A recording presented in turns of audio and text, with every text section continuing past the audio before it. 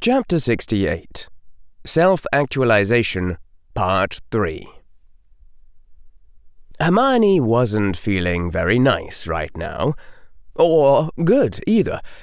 There was a hot ball of anger burning inside her, and she wondered if this was something like Harry's darkness, though it probably wasn't even close, and she shouldn't have felt that way over some silly little game, but her whole army. 2 soldiers had beaten her whole army. That was what she'd been told after she woke up. It was a little too much.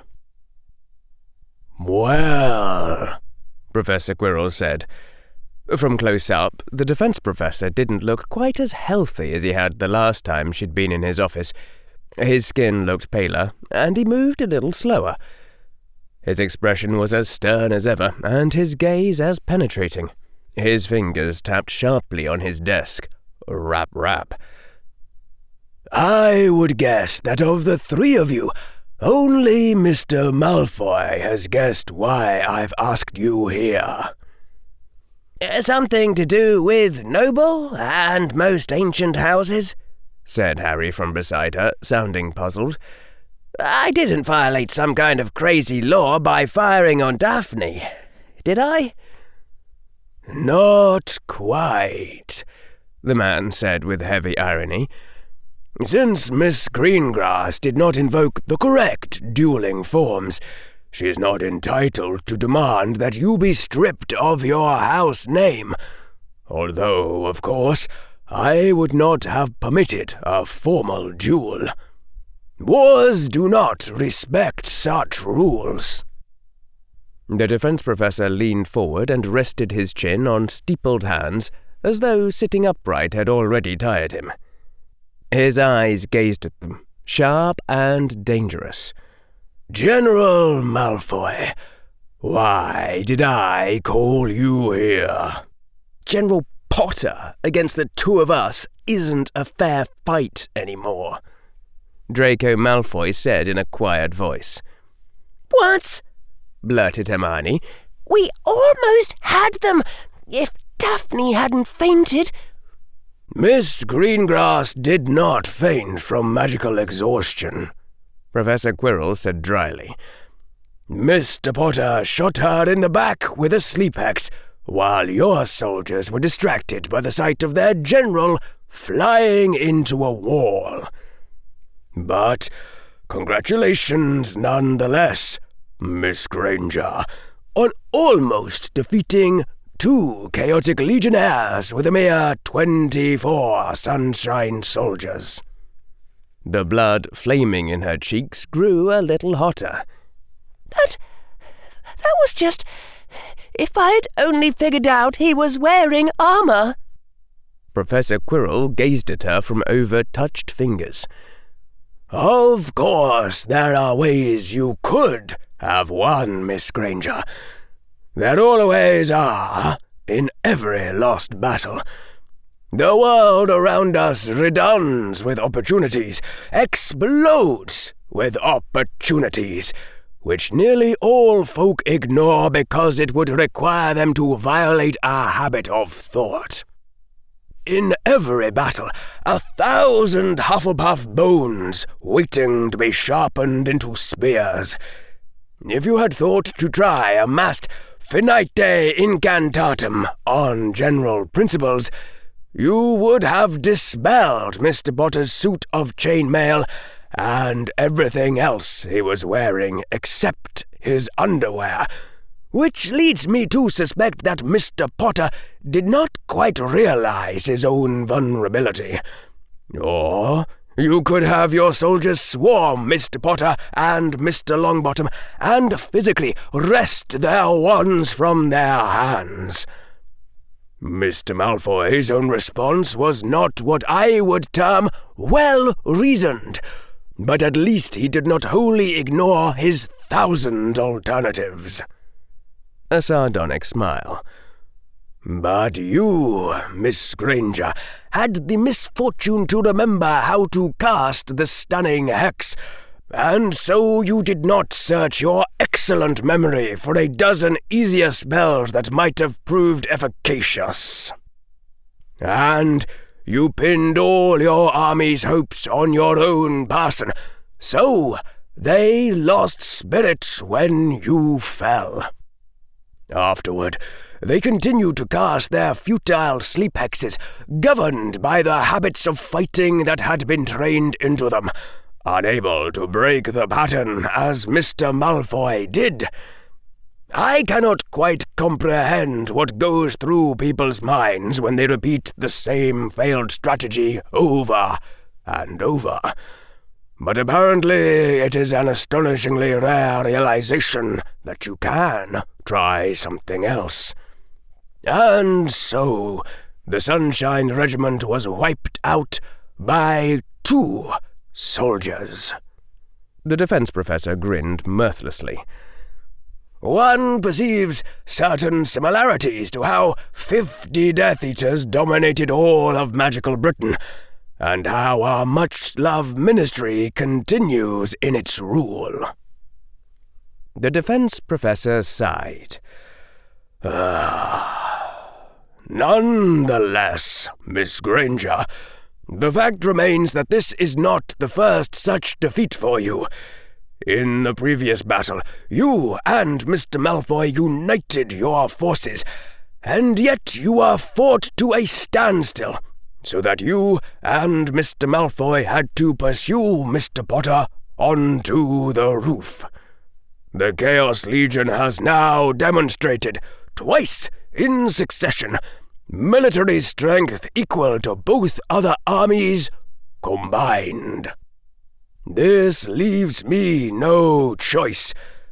General Potter, you will select 8 soldiers from your army, including at least 1 chaotic lieutenant, to be divided among Dragon Army and the Sunshine Regiment.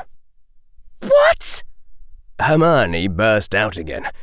She glanced over at the other generals and saw that Harry looked as shocked as her, while Draco Malfoy only looked resigned. General Potter is stronger than both of you together, Professor Quirrell said with calm precision. Your contest is over. He has won, and it is time to rebalance the 3 armies to present him with a renewed challenge.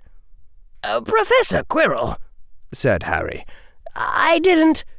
This is my decision as the Professor of Battle Magic at the Hogwarts School of Witchcraft and Wizardry, and it is not subject to negotiation.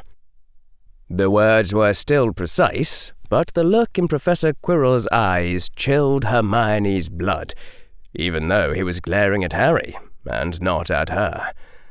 And I find it suspicious, Mr. Potter, that the moment you wished to isolate Miss Granger and Mr. Malfoy and force them to chase you onto the roof, you were able to annihilate just exactly as much of their united force as you pleased.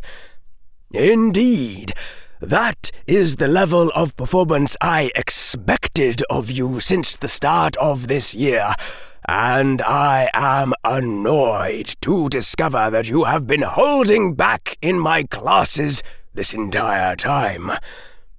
I have seen what you can truly do, Mr. Potter. You are far beyond the point where Mr. Malfoy or Miss Granger can fight you on an equal level, and you will not be permitted to pretend otherwise. This, Mr. Potter, I tell you in my capacity as your professor. For you to learn to your full potential, you must exercise your full abilities and not hold back for any reason. Particularly, not childish threats over what your friends might think. She left the defense professor's office with a larger army and less dignity, and feeling a lot like a sad little bug that had just been squished and trying very, very hard not to cry. "I wasn't holding back," Harry said as soon as they turned the first corner away from Professor Quirrell's office, the moment the wooden door faded out of sight behind the stone walls. "I wasn't pretending. I never let either of you win." She didn't answer. Couldn't answer. It would all break loose if she tried to say a word. "Really?" said Draco Malfoy. The Dragon General still had that air of resignation. "Because Quirrell's right, you know. It's suspicious that you could beat nearly everyone in both armies as soon as you wanted to make us chase you onto the roof. And didn't you say something then, Potter, about us needing to beat you when you were fighting for real?" The burning sensation was creeping up her throat, and when it reached her eyes, she would burst into tears, and from then on she would just be a crying little girl to both of them. "That," Harry's voice said urgently. She wasn't looking at him, but his voice sounded like he had his head turned toward her.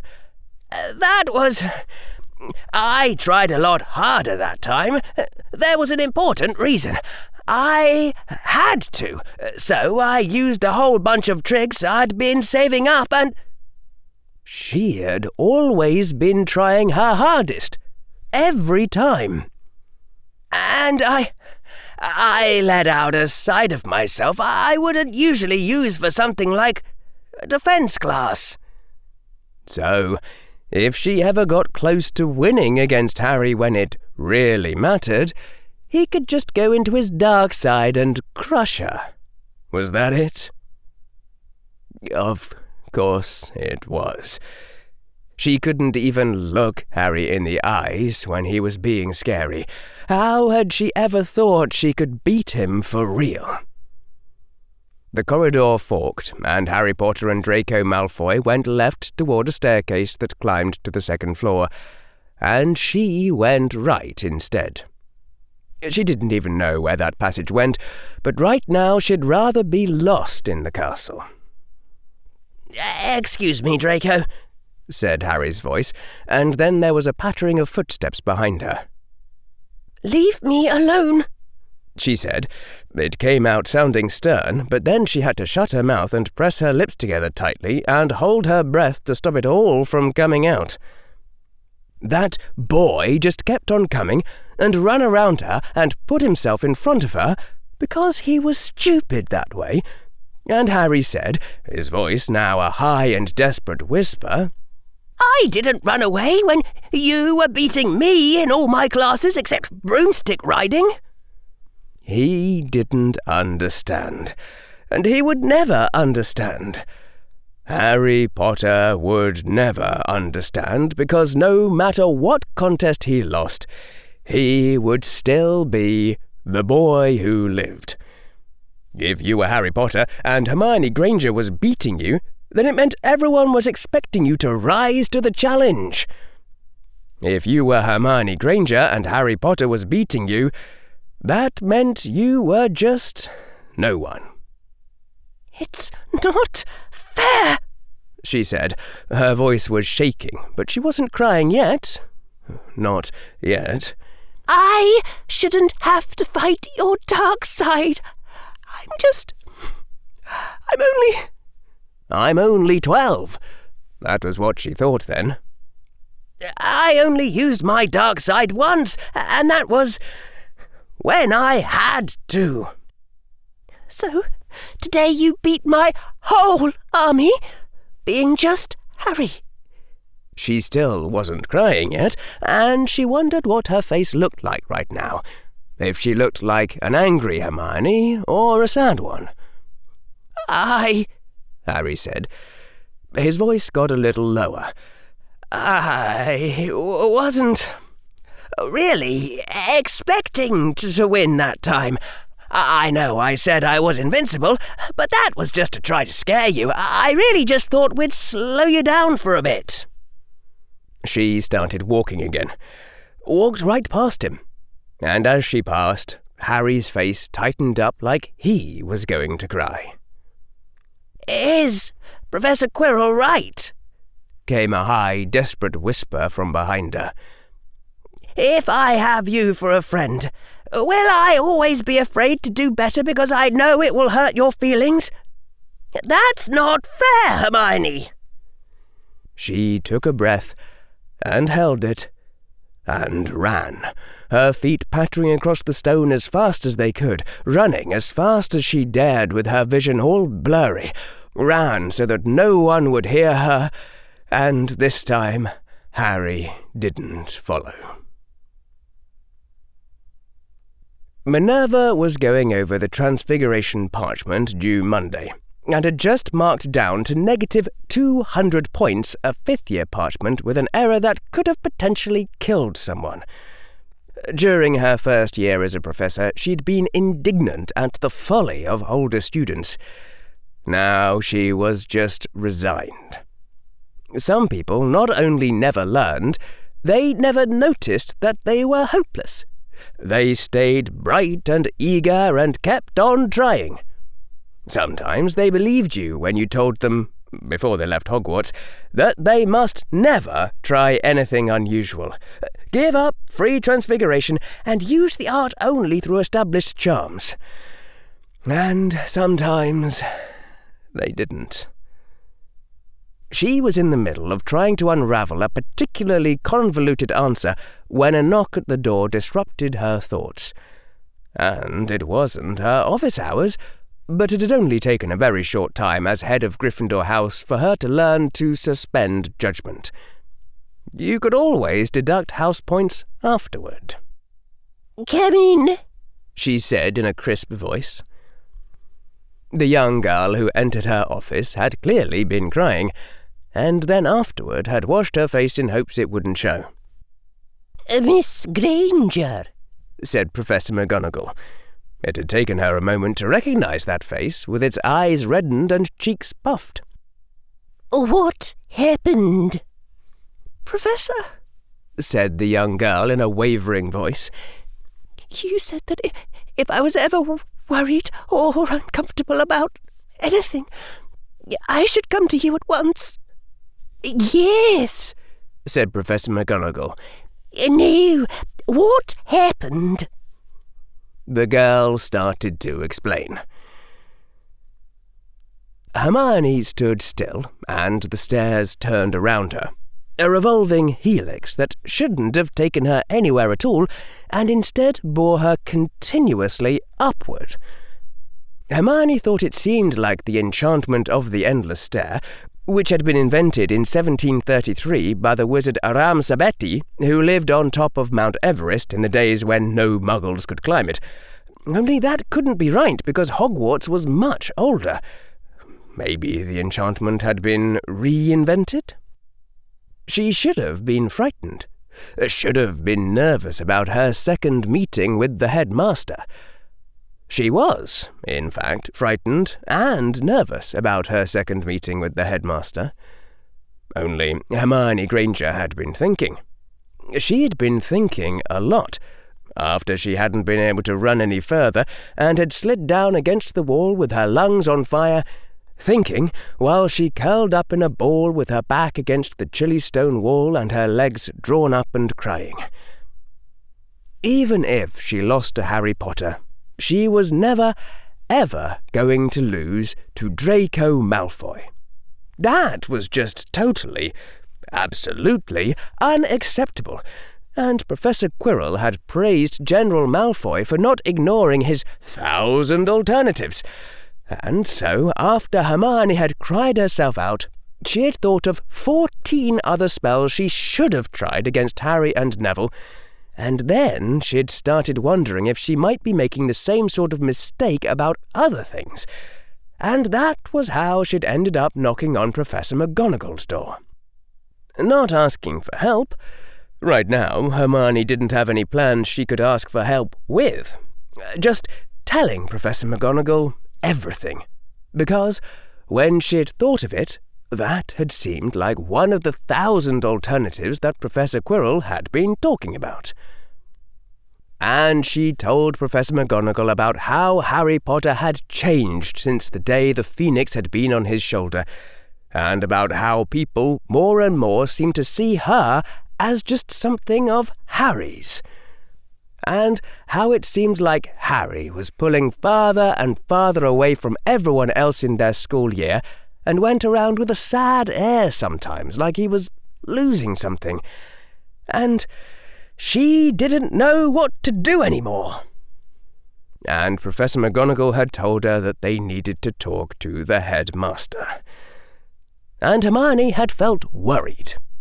But then the thought had come to her that Harry Potter wouldn't have been scared of the headmaster. Harry Potter would have just barged ahead doing whatever he was trying to do. Maybe the thought had come to her. It was worth trying to be like that. Not being scared, just doing whatever and seeing what happened to her. It couldn't really be worse. The endless stare stopped turning. The great oaken door in front of them with the brass griffin knocker opened without being touched. Behind a black oaken desk with dozens of drawers facing in every direction, looking like it had drawers set inside other drawers, was the silver-bearded headmaster of Hogwarts upon his throne, Albus Percival Wulfric Brian Dumbledore, into whose gently twinkling eyes Hermione looked for around 3 seconds before she was distracted by all the other things in the room. Some time later, she wasn't sure how long, but it was while she was trying to count the number of things in the room for the 3rd time, and still not getting the same answer, even though her memory insisted that nothing had been added or removed, the headmaster cleared his throat and said, "Miss Granger." Hermione's head snapped around, and she felt a little heat in her cheeks, but Dumbledore didn't appear annoyed with her at all, only serene, and with an inquiring look in those mild, half-glassed eyes. "Hermione?" said Professor McGonagall. The older witch's voice was gentle, and her hand rested reassuringly on Hermione's shoulder. "Please tell the headmaster what you said to me about Harry." Hermione began speaking. Despite her newfound resolution, her voice still stumbled a little with the nervousness, as she described how Harry had changed in the last few weeks since Fawkes had been on his shoulder. When she was done, there was a pause, and then the headmaster sighed. "I am sorry, Hermione Granger," said Dumbledore. Those blue eyes had grown sadder as she spoke. "That is unfortunate, but I cannot say it is unexpected. That is a hero's burden, which you see." "A hero?" said Hermione. She looked up nervously at Professor McGonagall and saw that the Transfiguration Professor's face had grown tight, though her hand still squeezed Hermione's shoulder reassuringly. "Yes," said Dumbledore. "I was a hero myself once, before I was a mysterious old wizard, in the days when I opposed Grindelwald. You have read history books, Miss Granger?" Hermione nodded. "Well," said Dumbledore, "that is what heroes have to do, Miss Granger. They have their tasks, and they must grow strong to accomplish them, and that is what you see happening to Harry. If there is anything that can be done to gentle his pathway, then you will be the one to do it, and not I. For I am not Harry's friend, alas, but only his mysterious old wizard." said Hermione. "I'm not sure I still want to be." Her voice stopped. It seemed too awful to say aloud. Dumbledore closed his eyes, and when he opened them, he looked a little older than before. "No one can stop you, Miss Granger, if you choose to stop being Harry's friend. As for what it would do to him, you may know that better than I." "That doesn't seem fair," Hermione said, her voice trembling. "That I've got to be Harry's friend because he's got no one else. That doesn't seem fair." "Being a friend is not something you can be forced to, Miss Granger." The blue eyes seemed to look right through her. "The feelings are there, or they are not. If they are there, you can accept them or deny them. You are Harry's friend, and choosing to deny it would wound him terribly, perhaps beyond healing. But, Miss Granger, what would drive you to such extremes?" She couldn't find words. She'd never been able to find words. "If you get too near Harry, you get swallowed up, and no one sees you anymore. You're just something of his. Everyone thinks the whole world revolves around him, and—" She didn't have the words. The old wizard nodded slowly. "It is indeed an unjust world we live in, Miss Granger. All the world knows that it is I who defeated Grindelwald, and fewer remember Elizabeth Beckett, who died opening the way so I could pass through. And yet, she is remembered. Harry Potter is the hero of this play, Miss Granger. The world does revolve around him. He is destined for great things, and I ween that in time the name of Albus Dumbledore will be remembered as Harry Potter's mysterious old wizard, more than for anything else I have done.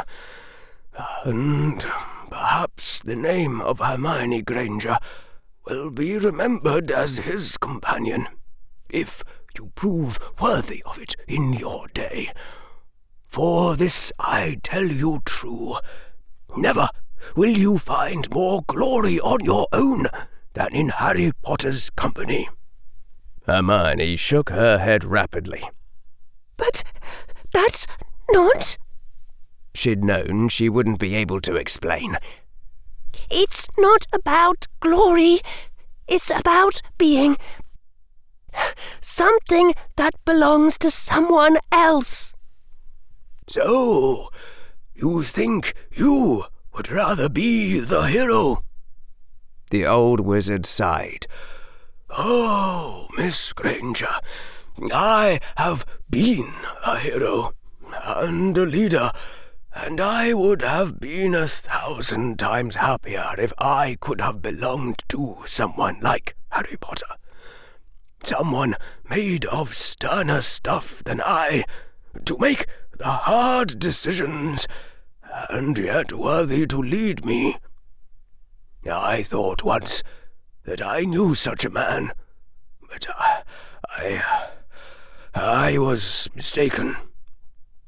Miss Granger, you have no idea at all how fortunate are those like you, compared to heroes."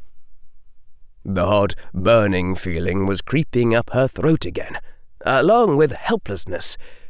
She didn't understand why Professor McGonagall had brought her here if the headmaster wasn't going to help, and from a glance at Professor McGonagall's face, it looked like Professor McGonagall also wasn't sure now that it had been a good idea. "I don't want to be a hero," said Hermione Granger. "I don't want to be a hero's companion. I just want to be me. The thought came to her a few seconds later that maybe she did, in fact, want to be a hero, but she decided not to change what she'd said. "Ah," said the old wizard. "That is a tall order, Miss Granger." Dumbledore rose from his throne, stepped out beside his desk, and pointed to a symbol on the wall, so ubiquitous that Hermione's eyes had glossed right over it. A faded shield on which was inscribed the heraldry of Hogwarts, the lion and snake and badger and raven, and in Latin engraved words whose point she had never understood. Then, as she realized where that shield was and how old it looked, it suddenly occurred to Hermione that this might be the original. "A Hufflepuff would say," said Dumbledore, tapping his finger on the faded badger and making Hermione wince for the sacrilege, if it was the original, that people fail to become who they are meant to be because they are too lazy to put in all the work involved. A Ravenclaw," tapping the raven, "would repeat those words that the wise know to be far older than Socrates. Know thyself, and say that people fail to become who they are meant to be through ignorance and lack of thought. And Salazar Slytherin," Dumbledore frowned as his finger tapped the faded snake, "why, he said that we become who we are meant to be by following our desires wherever they lead. Perhaps he would say that people fail to become themselves because they refuse to do what is necessary to achieve their ambitions. But then one notes that nearly all of the dark wizards to come out of Hogwarts have been Slytherins. Did they become what they were meant to be? I think not." Dumbledore's finger tapped the lion, and then he turned toward her. "Tell me, Miss Granger, what would a Gryffindor say? I do not need to ask whether the Sorting Hat offered you that house." It didn't seem like a hard question. A Gryffindor would say that people don't become who they should be because they're afraid.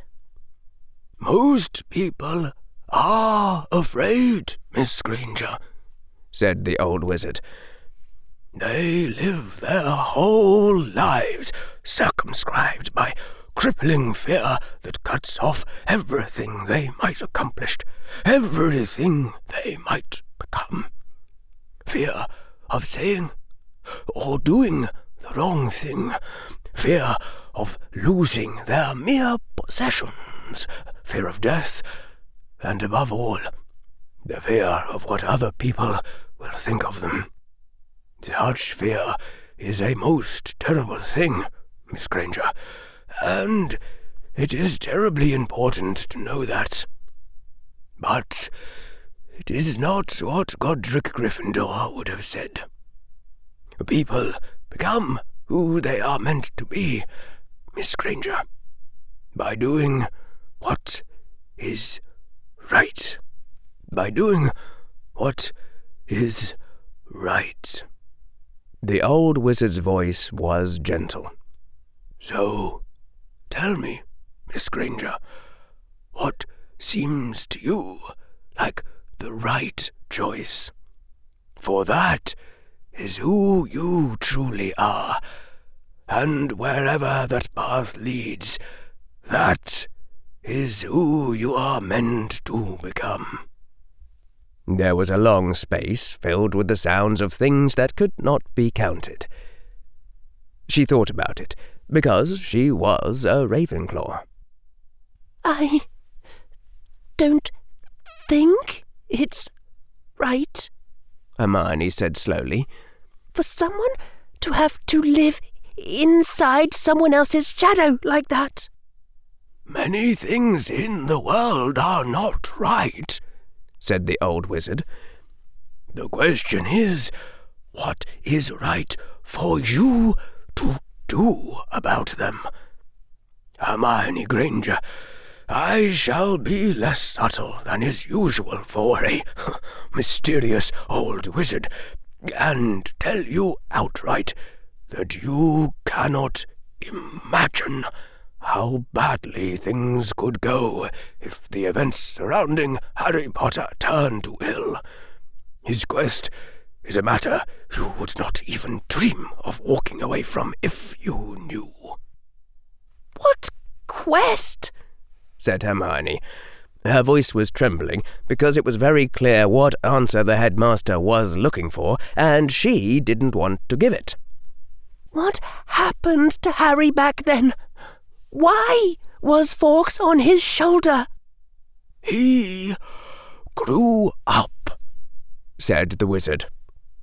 His eyes blinked several times beneath the half-moon glasses, and his face suddenly looked very lined.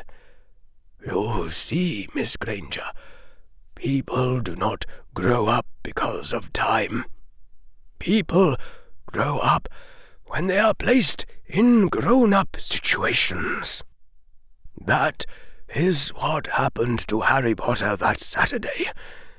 He was told, you are not to share this information with anyone, you understand. He was told that he would have to fight someone. I cannot tell you who. I cannot tell you why.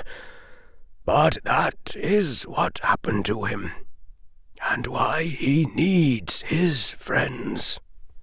There was a pause. Bellatrix Black? Hermione said. She couldn't have been more shocked if someone had plugged an electrical cord into her ear. You're going to make Harry fight Bellatrix Black? No, said the old wizard. Not her. I cannot tell you who or why. She thought about it some more. Is there any way I can keep up with Harry? Said Hermione. I mean, I'm not saying it's what I'll do, but if he needs friends, then can we be equal friends? Can I be a hero too? Ah, said the old wizard and smiled. Only you can decide that, Miss Granger. But you're not going to help me, like you're helping Harry? The old wizard shook his head. I have helped him little enough, Miss Granger. And if you're asking me for a quest... The old wizard smiled again, rather wryly. Miss Granger, you are in your first year of Hogwarts. Do not be too eager to grow up. There will be time enough for that later. I'm 12. Harry's 11. Harry Potter is special, said the old wizard. As you know, Miss Granger.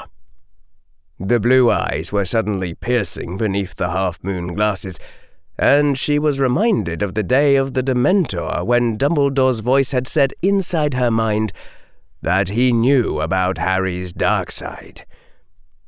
Hermione put up her hand and touched Professor McGonagall's hand, which had stayed strong on her shoulder this whole time, and Hermione said, she was surprised that her voice didn't break, I'd like to go now, please. Of course, said Professor McGonagall, and Hermione felt the hand on her shoulder gently turning her around to face the oaken door. Have you chosen your path yet, Hermione Granger? Said Albus Dumbledore's voice from behind her, even as the door slowly creaked open to reveal the enchantment of the endless stair. She nodded. And? Oh, she said, her voice stuck. I'll... She swallowed. I'll do what's right. She didn't say anything else. She couldn't. And then the endless stare began revolving around her once again. Neither she nor Professor McGonagall spoke on the way down. When the flowing stone gargoyles stepped out of their way and the two of them stepped out into the corridors of Hogwarts, Professor McGonagall finally spoke, and she said in a whisper, I'm so sorry, Miss Granger. I didn't think the headmaster would say such things to you. I think he's truly forgotten what it's like to be a child. Hermione glanced back up to her and saw that Professor McGonagall looked like she was about to burst into tears. Only, not really, but there was a tightness in her face that was like that. If I want to be a hero too, said Hermione. If I decided to be a hero too, is there anything you can do to help? Professor McGonagall rapidly shook her head and said, Miss Granger, I'm not sure the headmaster's wrong about that. You are 12. OK, said Hermione, then walked forward a bit. Excuse me, said Hermione. Is it OK if I walk back to the Ravenclaw Tower by myself? I'm sorry, it's not your fault or anything. I just want to be by myself right now. Of course, Miss Granger, said Professor McGonagall, her voice sounding a little hoarse, and Hermione heard her footsteps stop, and then turn around behind her. Hermione Granger walked away. She climbed a flight of stairs, and then another, wondering if there was anyone else in Hogwarts who would give her a chance to be a hero. Professor Flitwick would say the same thing as Professor McGonagall, and even if he didn't, he probably couldn't help. Hermione didn't know who could help. Well, Professor Quirrell would come up with something clever if she used up enough Quirrell points, but she had a feeling that asking him would be a bad idea. That the defense professor couldn't help anyone become the sort of hero that was worth becoming, and that he wouldn't even understand the difference. She had almost gotten to the Ravenclaw Tower when she saw the flash of gold.